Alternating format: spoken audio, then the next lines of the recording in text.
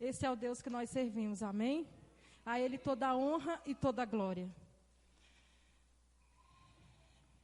Eu gostaria que a igreja fechasse os olhos agora. Estaremos em oração. Espírito Santo de Deus, eis-me aqui diante da Tua presença. Senhor, o Senhor tem falado ao meu coração e tem confirmado aquilo que o Senhor colocou. E eu quero Te louvar, Senhor Jesus, por esta oportunidade. Mas que não seja eu que venha falar nesta noite, mas que seja o Senhor que conduza, assim como Tu tens conduzido desde o início, desde a primeira oração. Quero Te louvar, Senhor, pela Tua presença neste lugar, porque a Tua presença é real. Obrigada, Jesus. Toma o Teu trono, Senhor. Aleluias. Glória a Deus. Semana passada, aliás, desde quando eu fui designada para ministrar, dia 15 de março, eu comecei a estudar algo que me interessa muito, que é sobre o apóstolo Paulo. Eu sou apaixonada pelo apóstolo Paulo. E comecei a estudar o livro de Romanos. Só que de ontem para cá, o Senhor mudou o direcionamento. E eu gostaria que a igreja abrisse a sua Bíblia em Mateus 24.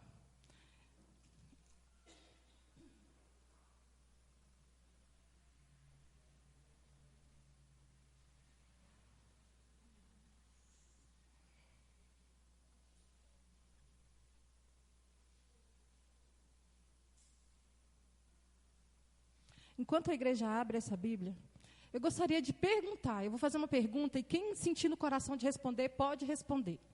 Vocês ouviram o primeiro louvor que foi tocado aqui pelo Ministério de Louvor? Alguém sabe a letra desse, lembra a letra do refrão? Alguém sabe?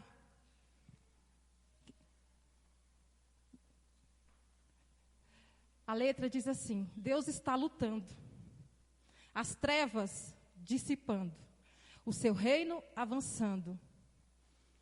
Me ajuda, louvor aí. O seu reino avançando, você não está detido.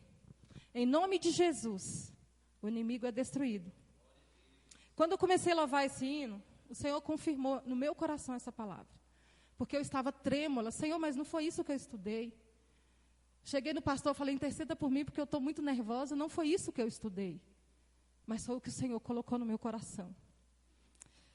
E quando Deus fala, a gente tem que cumprir e obedecer o que o Senhor fala.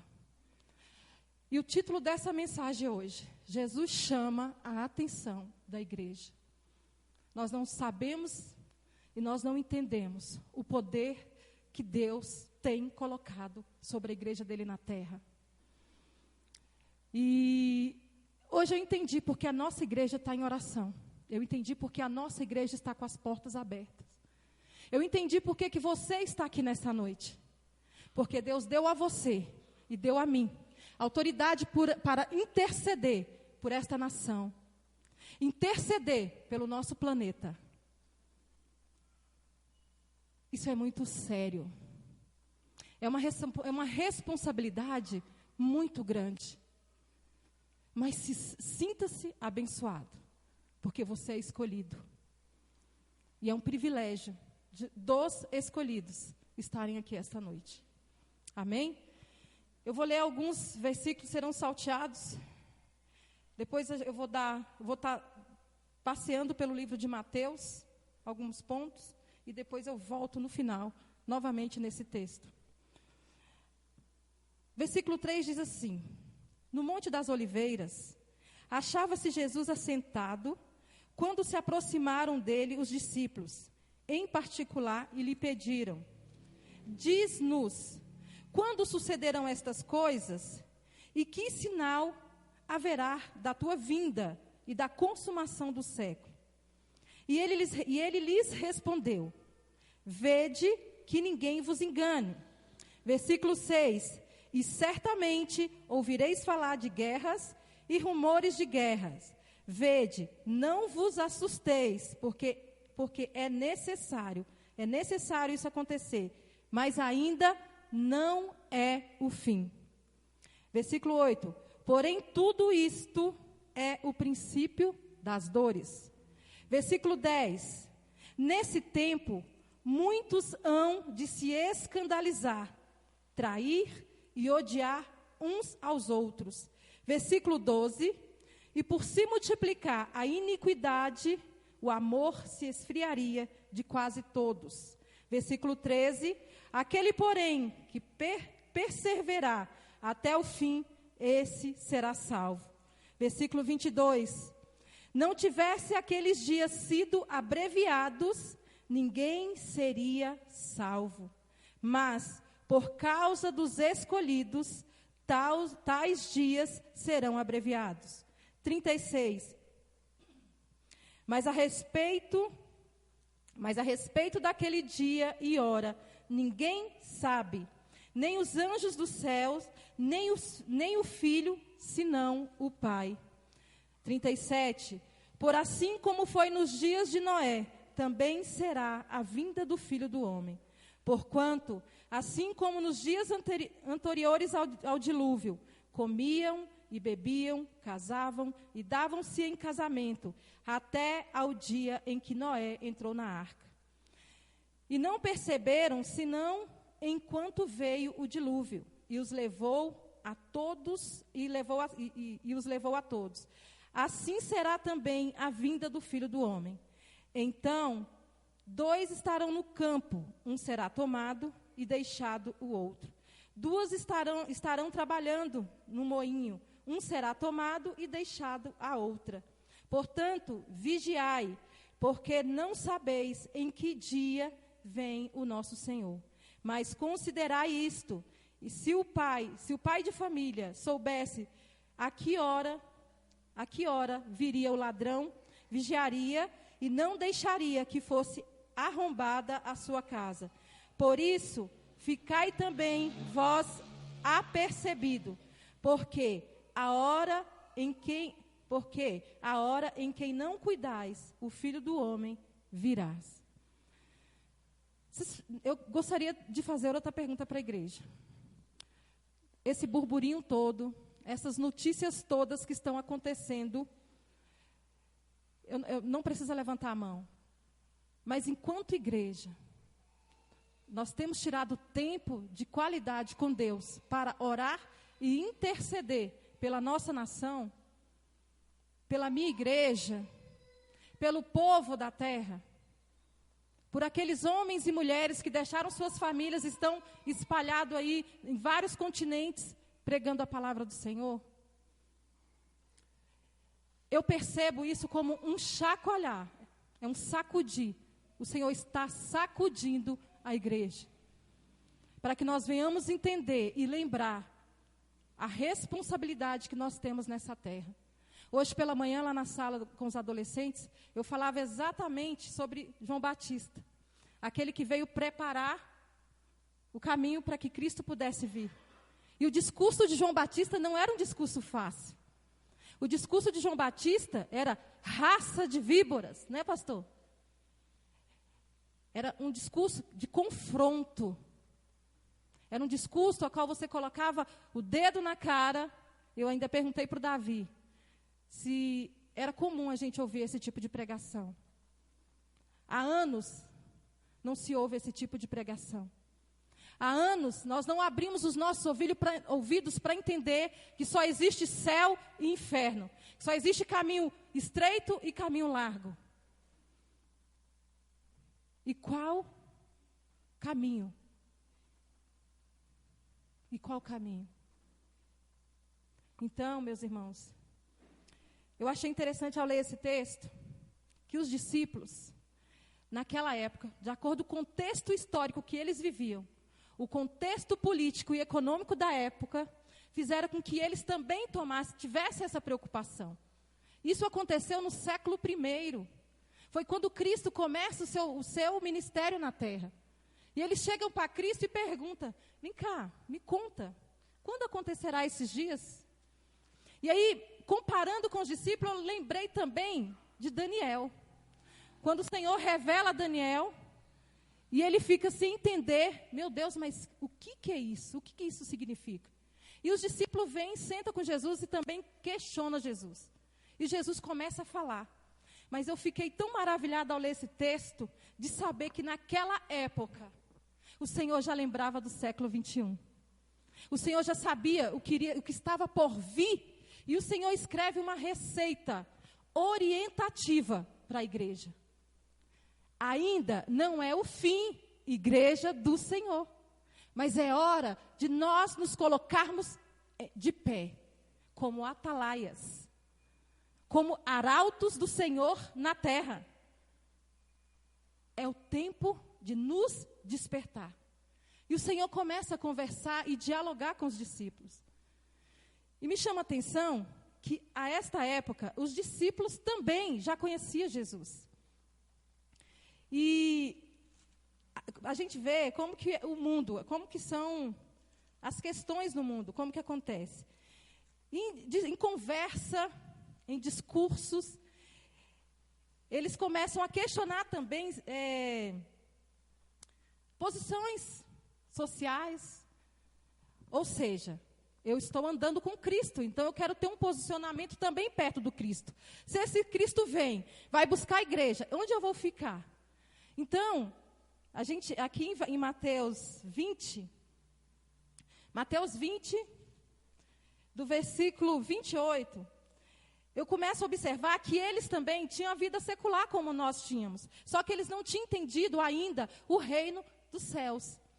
O reino que Jesus pregava. E o reino a qual eles estavam andando com o mestre, com aquele que seria referência desse reino. E eles começam aqui a partir do versículo 20, Mateus 20, versículo 20, ele diz assim: Então se chegou a ele a mulher de Zebedeu com seus filhos, e adorando-o, pediu-lhe um favor. Perguntou-lhe ele: Que queres? E ela respondeu: Manda que no teu reino estes meus 2 filhos se assentem à tua direita e o outro à tua esquerda. É a mesma coisa de chegar, a gente está passando por toda essa situação, todo esse caos. Nós vivemos o que está acontecendo no país, economicamente falando, financeiramente falando, e agora a saúde completamente abalada, desestruturada. Nós não temos estrutura para receber uma certa quantidade de pessoas que sejam contraídas com esse tipo de enfermidade. Então, vocês veem que o contexto histórico da época também fazia com que as pessoas estivessem preocupadas com o quê? Com o reino terreno. E ao contrário de nós nos preocupar com o reino que estava por vir. E ela começa a questionar Jesus, querendo um espaço para os filhos dela. Eu estava orando para Deus abrir uma porta de emprego para o meu filho. O meu filho estava orando, pedindo uma porta de emprego. Eu sei que muitos jovens aqui estão orando para que Deus abra porta de emprego. Eu sei que muitos pais de famílias estão aqui orando. Mas, meu irmão e minha irmã, eu te falo uma coisa assim, com toda a experiência que eu tenho vivido na casa do Senhor. Volte-se para Deus. Se renda aos pés dEle. Porque as demais coisas vos serão acrescentadas. Quando eu leio isso aqui, eu percebo que, até mesmo naquela época, ele andando com Jesus, a preocupação dele era terrena. Nós somos igreja do Senhor, nós somos escolhidos de Deus, nós temos uma promessa, nós somos cuidados por Ele. Mas se eu não andar segundo a tua vontade, nem segundo o teu direcionamento, eu não vou atingir o objetivo proposto por Deus, que é a salvação. Sabe por quê? Porque eu vou estar preocupada com as coisas dessa terra. E ela continua. Então lhes disse, 22. Mas Jesus respondeu: Não sabeis o que pedis. Podeis vós beber o cálice que eu estou para beber? Jesus pergunta para ela: será que por um acaso você ou seus filhos poderia suportar o que eu estou para suportar? O que eu estou para passar? Nós somos, desculpa a palavra, mas nós somos incautos espirituais. Porque nós deixamos de ler a palavra. No momento que a gente começa a ler a palavra, O Senhor, Ele vai tirando as vendas dos nossos olhos. Aqueles homens andavam com Cristo, mas andavam com os olhos tapados. E no versículo 23, então lhes disse, bebereis o meu cálice, então lhe disse, bebereis o meu cálice, mas o assentar-se à minha direita e à minha esquerda não me compete concedê-lo.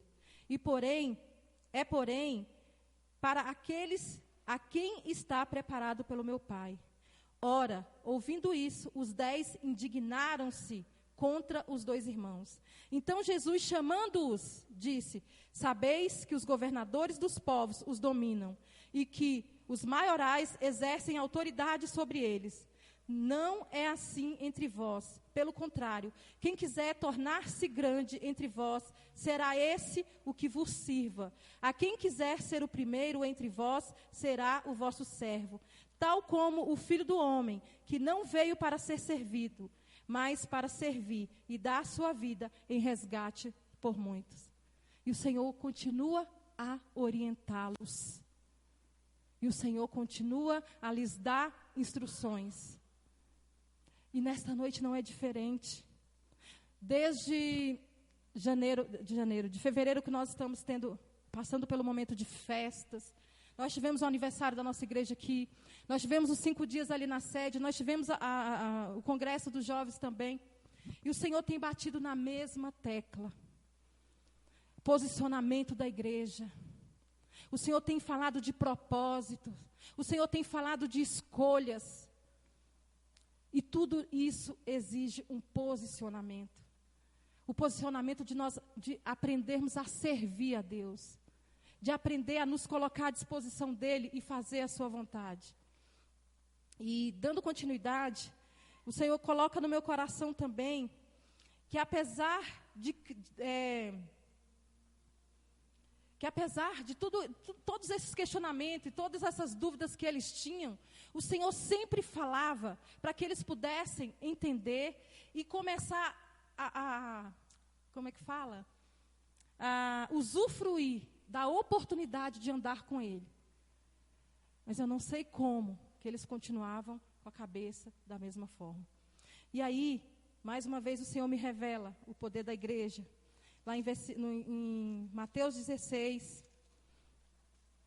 Mateus 16, a partir do versículo 16. Deixa eu tomar uma água aqui.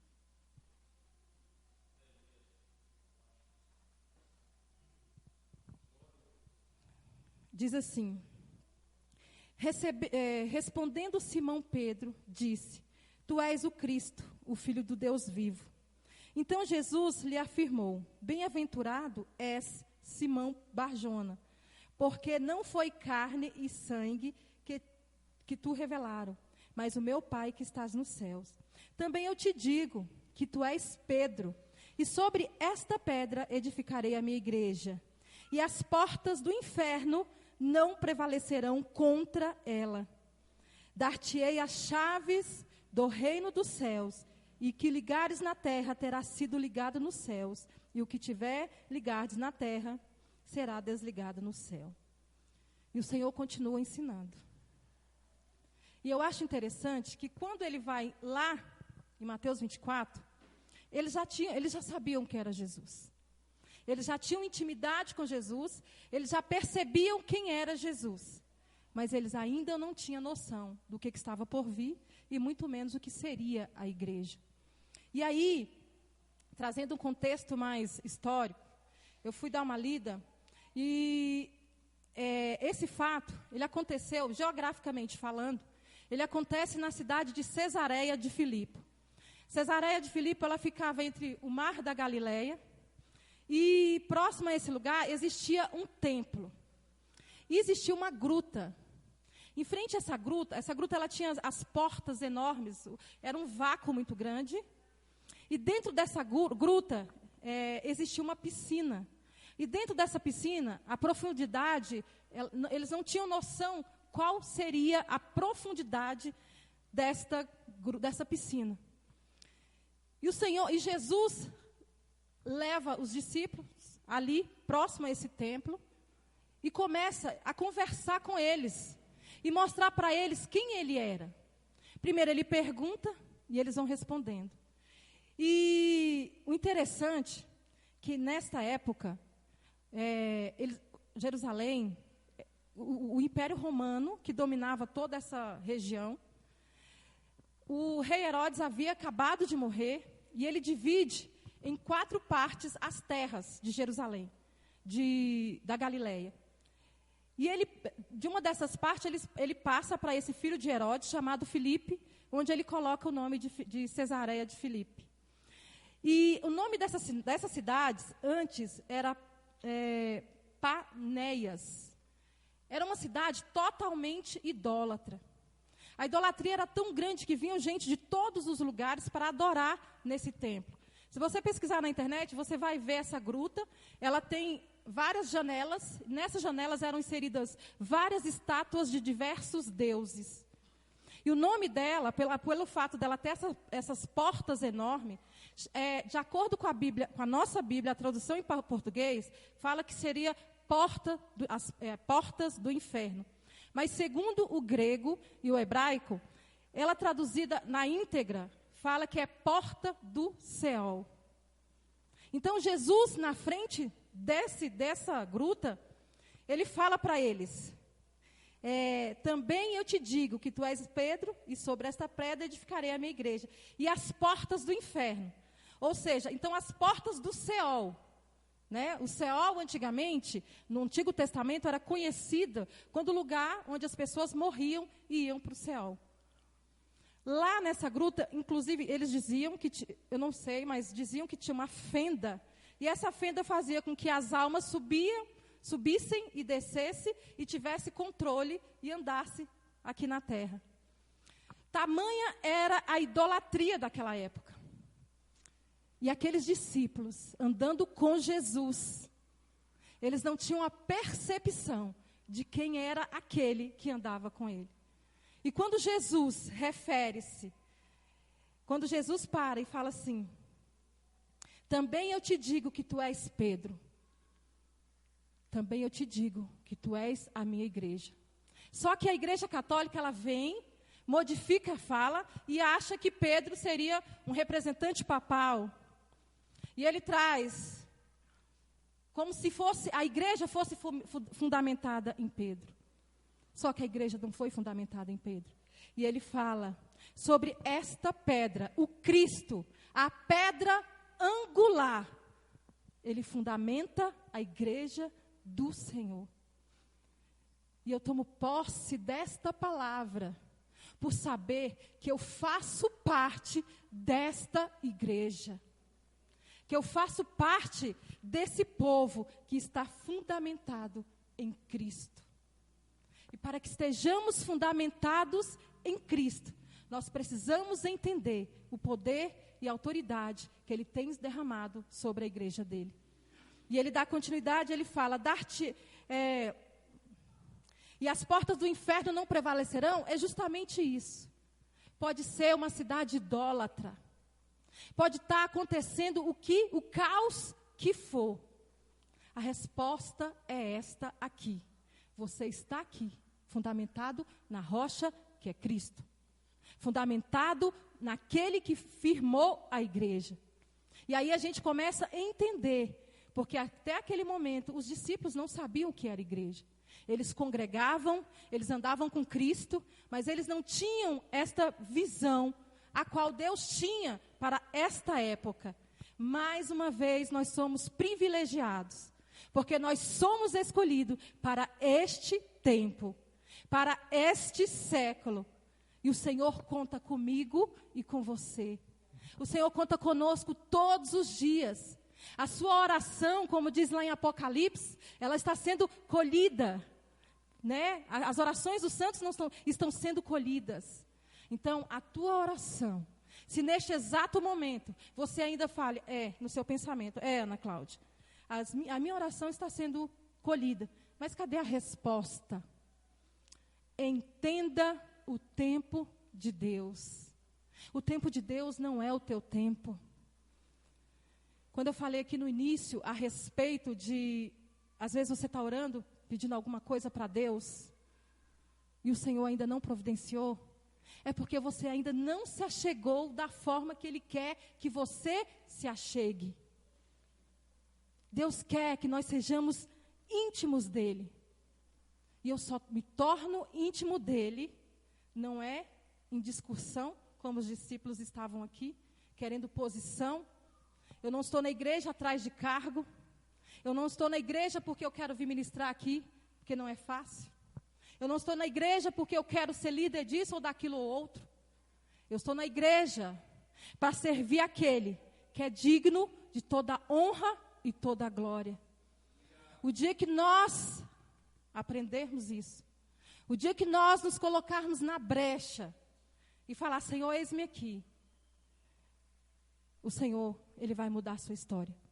E o interessante, ontem nós estávamos reunidos na minha casa, por isso que eu não vim no culto das crianças.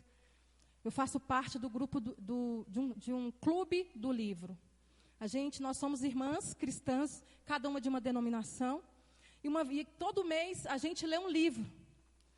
E todo mês a gente reúne na casa de uma das amigas para a gente discutir sobre aquele livro, a gente ler a palavra que está envolvida sobre o livro que a gente está estudando, que nós estamos lendo. E ontem eu estava recebendo essas meninas lá em casa. E o que me chamou a atenção foi que o livro que eu li estava conectado com o livro da outra, nós éramos 6, e conectado com cada uma das 6. E todos falavam sobre ganhar almas para Jesus. Todos falavam sobre o propósito da igreja, que é ir lá fora e ganhar alma para Jesus. Hoje pela manhã eu falava para os jovens, o ID não é só para o evangelista, viu? O ID é para mim. O ID é para você. E é tempo de ir. É tempo de nós irmos. Não é tempo de ficar parado. É muito legal, nós estamos falando também muito sobre gratidão, mas antes da gratidão precisa existir a conversão, o arrependimento dos nossos pecados. Hoje nós falávamos também sobre o arrependimento. Não adianta eu dizer que sou grato, eu vou mentir para vocês. Ai, Ana Cláudia, você é grata. Ai, gratidão, amanhece o dia, Senhor, muito obrigada. Eu sou grata pelos meus filhos, eu sou grata por isso, eu sou grata por aquilo. Porque também, quando você menciona que é grato, você tem que dizer o porquê você é grato. Porque jogar a palavra gratidão ao vento não vai modificar nada a sua vida. Aí hoje eu consigo. Aí eu chego no trabalho, passo uma raiva, já não consigo mais. Chego em casa, minha filha adolescente, meu filho fala alguma coisa, meu bico já cresce, já estou sem paciência, não quero ouvir. Eu sou convertida. Quem é convertido é grato. Aquele que se arrepende todos os dias é grato. A gratidão, ela começa com a conversão. E nós precisamos aprender isso. Porque é muito bonito ouvir o Márcio Michele falando, ouvir a Nina Urnal falando, ouvindo outros coaches falando. Mas eu preciso colocar em prática de acordo com a palavra. Antes de existir coaches, psicólogos, médicos, professores, já existia a palavra de Deus. Vocês têm visto, eu sempre tenho pedido oração por alguma coisa que acontece, por algum amigo meu. Eu tenho falado para vocês, e eu sempre peço oração e depois eu mando no grupo o resultado. Para mostrar a fé, para mostrar a força da igreja. E eu mandei recentemente o testemunho da Priscila. A Priscila, ela é sobrinha de 2 amigas minhas. Ela estava na Irlanda fazendo intercâmbio. Priscila, ela é uma menina que desenha, ela foi para lá para estudar moda. Ela desenha muito bem, desde os 12 anos ela já costura, já desenha. E ela foi para a Irlanda, ficou na Irlanda, não sei se foi 9 meses, 8 meses ou 9 meses. E na Irlanda ela contraiu uma tuberculose, e ela não sabia. Só que ela começou achando que era gripe, ia no médico lá e não adiantava nada. E ao chegar no Brasil, o Senhor permitiu que ela fizesse um voo de 12 horas ininterruptas e chegasse ao Brasil. Ao chegar no Brasil, a mãe dela sabia que ela estava doente, colocou ela no plano de saúde, só que o plano de saúde tinha carência. Mas ela estava muito mal, ela correu com ela para o Hospital Alvorada. Primeira coisa, internação. Não cobria internação. Entraram em desespero. E agora? Os médicos, ela não consegue ser transferida porque ela vai morrer. Nem que seja na UTI móvel, ela não consegue. E aí começa a ação de Deus. As tias ligando para as amigas que são cristãs. Pelo amor de Deus, me ajudem em oração, porque a Priscila chegou muito mal e está à beira da morte. O que eu fiz? Coloquei no grupo de oração. E a igreja orando, todo mundo orando, a igreja orando. Acho que foram 60 dias, né, Cléder? Que ela ficou na UTI. 60 dias. E quando eu mando o testemunho para vocês, eu fiz questão de mostrar o vídeo. Ela congrega na igreja do pastor JB. O médico deu o testemunho. Não foi nem a Priscila. Ela começa a dar o testemunho e o médico dá o testemunho. Aí você percebe. O primeiro médico que atendeu ela era ateu. Ele já conclui o tratamento dela falando, em nome de Jesus, a Priscila vai sair desse hospital. O outro médico que deu o testemunho era desviado. Quem viu o testemunho vai ouvir ele falando, essa máquina que era utilizada para hemodiálise, essa máquina serviu para tratar falências no pulmão. Tanto é que eles estão escrevendo um artigo sobre esta máquina, sobre o caso da Priscila. Por que eu estou contando essa história? Para mostrar o poder que a igreja tem. Para mostrar o poder que nós temos nas nossas mãos. Aí, 2 semanas atrás, o Senhor me dá um sonho, eu não tinha entendido o sonho. Uma criança, mais ou menos 2 anos de idade. Eu estava no sonho na casa de uma amiga que é cristã também. E essa criança chegava com a boca suja, com algo verde na boca. E eu falava, de quem é essa criança? Brincava com ela. Ela falava, alguém trouxe para eu cuidar.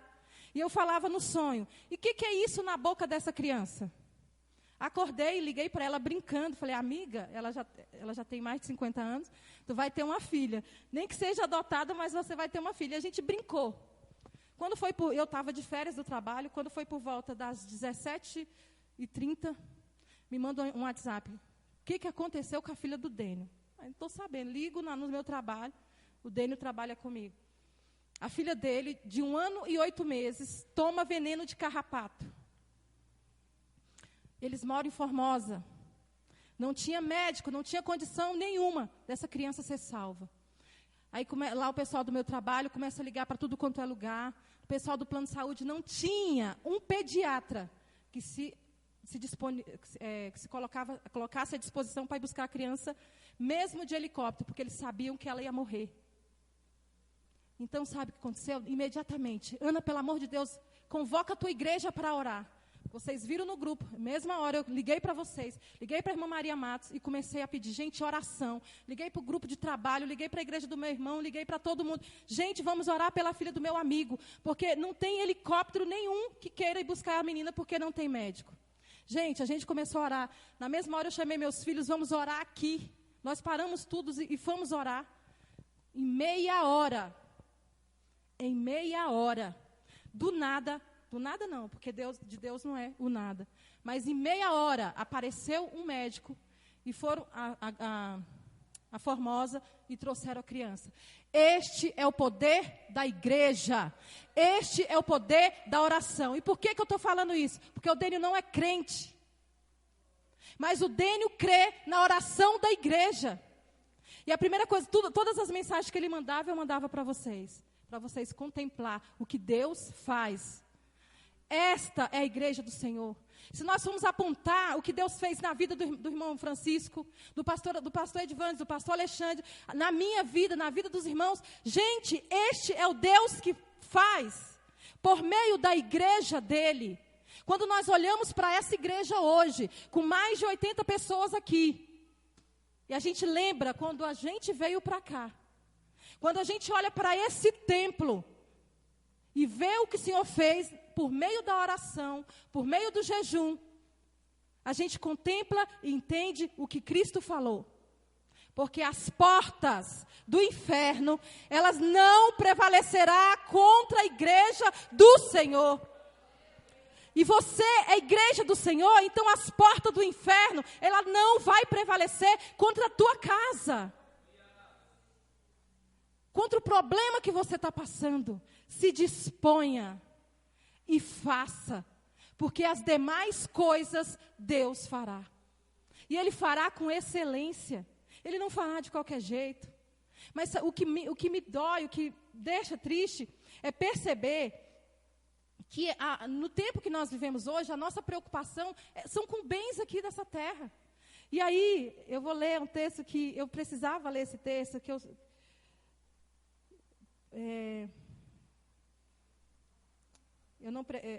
seria em cima desse texto que eu iria ministrar, mas eu preciso ler esse versículo para vocês, que fica aqui no livro de Romanos, capítulo 1. Versículo 10. Eu quero ler só o versículo 10. Em todas as minhas orações, suplicando que, em algum tempo, pela vontade de Deus, se me ofereça a boa ocasião de visitar-vos. Isso aqui Paulo falava, o desejo que ele tinha de visitar os crentes, né, os judeus que estavam em Roma, e a igreja de Roma, enfim. Mas eu grifei a palavra, pela vontade de Deus. Não foi simplesmente pela sua vontade. Não foi simplesmente pelo teu querer. Não foi porque Paulo simplesmente queria. Paulo, ele tinha total autoridade para ir e vir. Mas Paulo me ensina algo. A depender do Senhor. E quando eu aprendo a depender do Senhor, o Senhor fará melhor do que você imagina. Se você está pedindo uma promoção no seu trabalho, e se não for lá no seu trabalho? E se for em outro lugar? Senhor, eu estou em cima do muro porque eu não sei se eu caso, eu não sei se é a hora de casar, eu não sei se eu namoro. O nosso grande defeito e o nosso grande erro, porque que as coisas dão errado na nossa vida? Porque nós fazemos segundo a nossa vontade. Nós não fazemos segundo a vontade do Senhor. Então, o Senhor, Ele está a meu coração, a meu ver. Quando eu volto aqui, quantos minutos eu tenho, pastor? Quando eu volto aqui, no texto de Mateus 24, eu vejo o cuidado de Deus comigo. O cuidado de Deus com você. Porque quando Ele fala bem assim, não tivesse aqueles dias sido abreviados, ninguém seria salvo.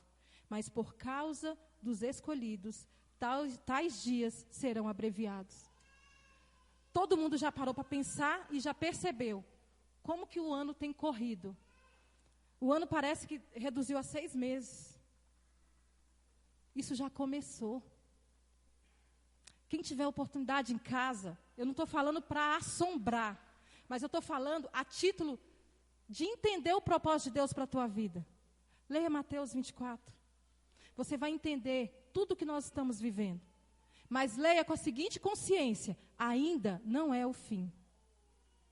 O tempo vai chegar, mas o Senhor quer nos preparar. Enquanto igreja, o Senhor, Ele quer nos preparar. Coloque-se de pé.